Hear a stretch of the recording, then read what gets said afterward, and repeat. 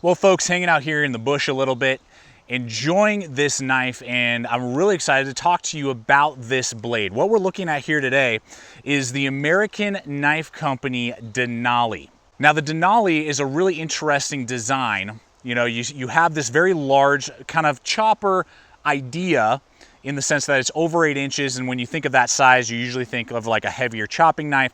But really the design concept with this blade is not a chopper first, carver second. It's more of a carving, fine detailed knife first and a chopper second. So you get that large amount of blade length, but it's still really well balanced and really fine tuned and really focusing on the finer work that a knife could do. And then secondly, being able to chop and do that type of stuff. So we're gonna talk about that concept. Does the knife excel in that, kind of idea? Is that a good idea for such a large knife? We're gonna talk about all that today and just show you the ins and outs of the Denali and whether or not it's a large camp knife worth taking a look at for you. So with that, guys, let's go ahead, take a look at this Denali, see the pros and cons, see what this big baby can do, and let's get to it.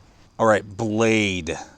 This is just a cool, classic drop point design, folks, and I really do love it. What we're looking at here is from the handle scales to the tip, about 8.5, actual cutting edge, 8.3 inches. So you're getting a lot of blade length. We have a full convex grind, and I love full convex grinds. They're a little trickier, but once you get the hang of it and you know what you're doing, they are like literally a hull of a ship through water. I mean, that's literally how they're designed, that's how they look, and that's how they perform. So this knife is really a performer, even though it's 0.21 inches thick. So you got, some weight with it being right at about just a hair under a pound, like 15.8 ounces, so just under a hair of a pound, but you're getting this huge blade length. You're getting a really good balance for that size of thickness, not overkill at maybe a quarter or even more so inches, but not really thin and flimsy either. And you're getting that durability with that full convex edge. And guys, it came fantastic out of the package, razor sharp, and has been holding that edge through all the hard abuse that I've been doing, and still fine enough to do, like, nylon rope cutting, and even went through some seat belts and that type of stuff, and was just really impressed. And is holding its own, not only in batoning and just splitting open wood like that. You can get really good spread with 8 inches of log to be able to really crack open some logs and that type of thing, but it's still got that fine edge to do the really fine detailed work that you normally don't expect a knife of this size to do. You don't expect it to be just a machine when it comes to feather stick making or when it comes to notching and that type of stuff. Yeah, if I'm in a pinch I can do it, but that's not the case with this knife. You can really get the finer crafts done with this blade, and I'm really impressed with that. Full tang, obviously, all the way through, 90-degree spine, so you can throw sparks, and it is A2 tool steel. Now, this is my very first A2 tool steel blade. I'm not going to comment a lot on that. It's a premium steel. It's a tool steel. It is going to rust on you. It does come with that satin finish, so you are going to have to watch it, make sure it doesn't rust, and you'll have to take care of the blade, so to speak. But it's tough, it's durable, and from everything I'm seeing, it's holding a great edge as well with all the use that I'm using it with. So guys, when it comes to the blade portion, for how big the blade is, and obviously you'd expect it to be able to, bite into wood well when chopping and split wood well and when you're batoning, but then to be able to do the finer work really well and feel good in the hand and perform that with that nice convex edge is a real pleasure and fun to do with such a big blade. Well, let's hit this sheath. Really unique, and really, I think, is a perfect setup with this guy for a leather sheath. You guys know here at the channel, I prefer Kydex, but if I'm going to go with leather, as long as it's done well, I don't really have a lot of issues with it. It's just a personal preference of mine. What we have here are not only great stitching, but good rivet holes here as well, so I could run paracord through there and do different lashing points if I needed to.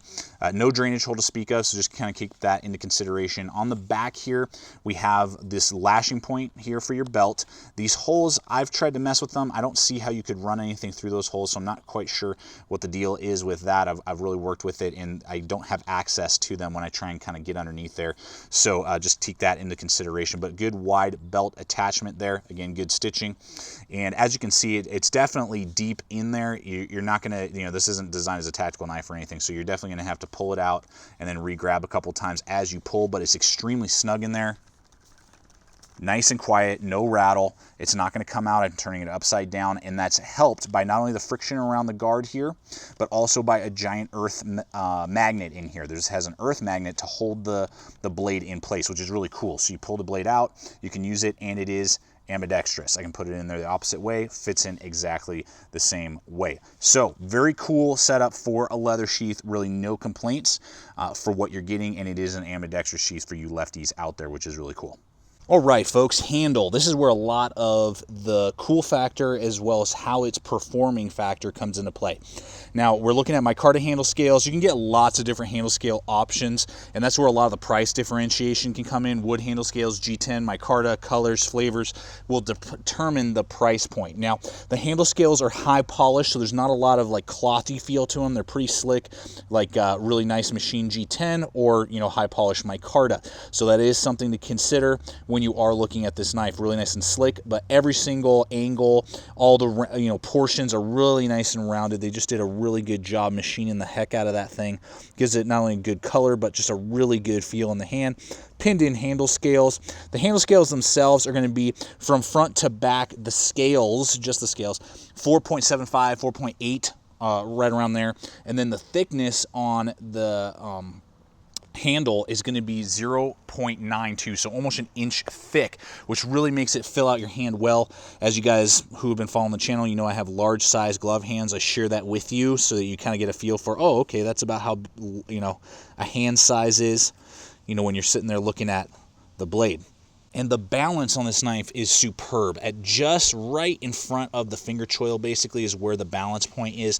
And as we kind of discussed in the intro, you know, this is designed more as not like a machete chopping knife, but more of a fines woodscrafts knife if you need that aspect in such a large blade, and, you know, be able to split wood because of its thickness and, you know, all that type of stuff. And then chopping is kind of like the last thing to do on the list in its design. You know, it doesn't have the hook out the back like you would see on a lot of machetes, like you would see on like a Becker BK9 and SE Hungalis and RTAC 2, those type of things that kind of help keep it better in your hand. So the balance is superb, and it's going to feel fantastic in your hand, and really did feel like, I don't know, a 5-inch knife in my hand. I was constantly surprised at how well balanced and how fine the carving and whittling I could do, much better than any other big knives I just listed to you. This is a much better performer in the finer tasks, the whittling, the carving, the notching, all that stuff, because of the balance of the handle itself and just where they've, you know, contoured everything, the grind angles that we'll talk and have talked about with the blade, and all of that. The thing to note is because it doesn't have that, you know, then it's just got that straight off the back handle. Without a lanyard, this thing is just going to want to launch out of your hand in the slick traction, meaning that without a lanyard, this thing will just fly out of your hand in 1 or 2 swings, and you can't really get a lot of good chopping motion. You know, you're going to chop through, you know, maybe a 3 or 4 inch tree. It's just not going to happen. But if you do a lanyard system that is similar to what we've shown you in times past in some other knife videos that we have done recently, it's really easy to lock your hand into place, and you just kind of wrap it around it, and it really can stay in there. Then the chopping is superb. The knife stays in your hand, and the blade itself is designed, and I'm talking about the business end, for chopping. It can do that without any sort of problem, and as long as you got a good lanyard, you're good to go in that aspect as well. So overall, guys, a great ergonomic handle for the finer tasks, but leaves a little lacking if you're thinking that you're going to do a lot of, you know, brush clearing and that type of thing without the proper lanyard system. All right, we're talking price here on this blade. Now, it fluctuates a lot, so I'm just going to kind of more tell you generalities and send you to the website so you can check these out. There will be links in the description below. There are a few sites that I can recommend to you.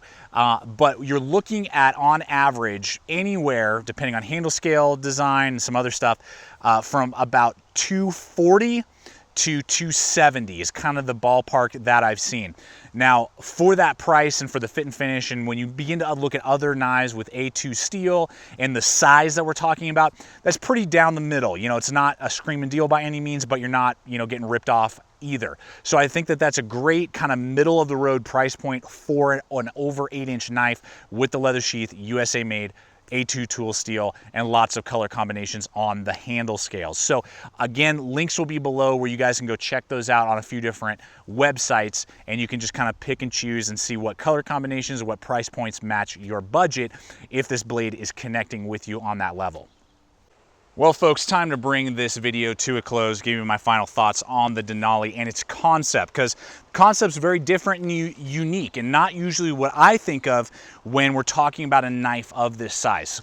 Now, as we've discussed, really impressed with the fine detailed work, a very good detailed knife that can do those finer tasks much better than most other knives in its size range and thickness because of the grind angles and because of the balance and the handle ergonomics of the knife when we're thinking about carving and cutting in woodcraft. When it comes to the chopping, as we've discussed, without a lanyard, it's gonna fly right out of your hand. With the lanyard, it is very good chopper. So just weigh those two pros and cons. How do you usually use a knife of this size? For me personally, I've got to be able to chop with a knife of this size. So as long as I can work that lanyard system, great. But if I run out of paracord, I'm gonna be in kind of big trouble. So just weigh those pros and cons on whether or not the Denali is going to be the right knife for the right system that you may be building. But I love the idea overall, and I like that it's something unique and different, and they executed the thought well of being a large, really well balanced camp knife. So with that being said, guys, thank you so much for checking out the channel. Please subscribe, comment, like, share this video. Love to hear your guys' thoughts. And as always, remember, stay equipped, stay prepared, and we'll see you out there.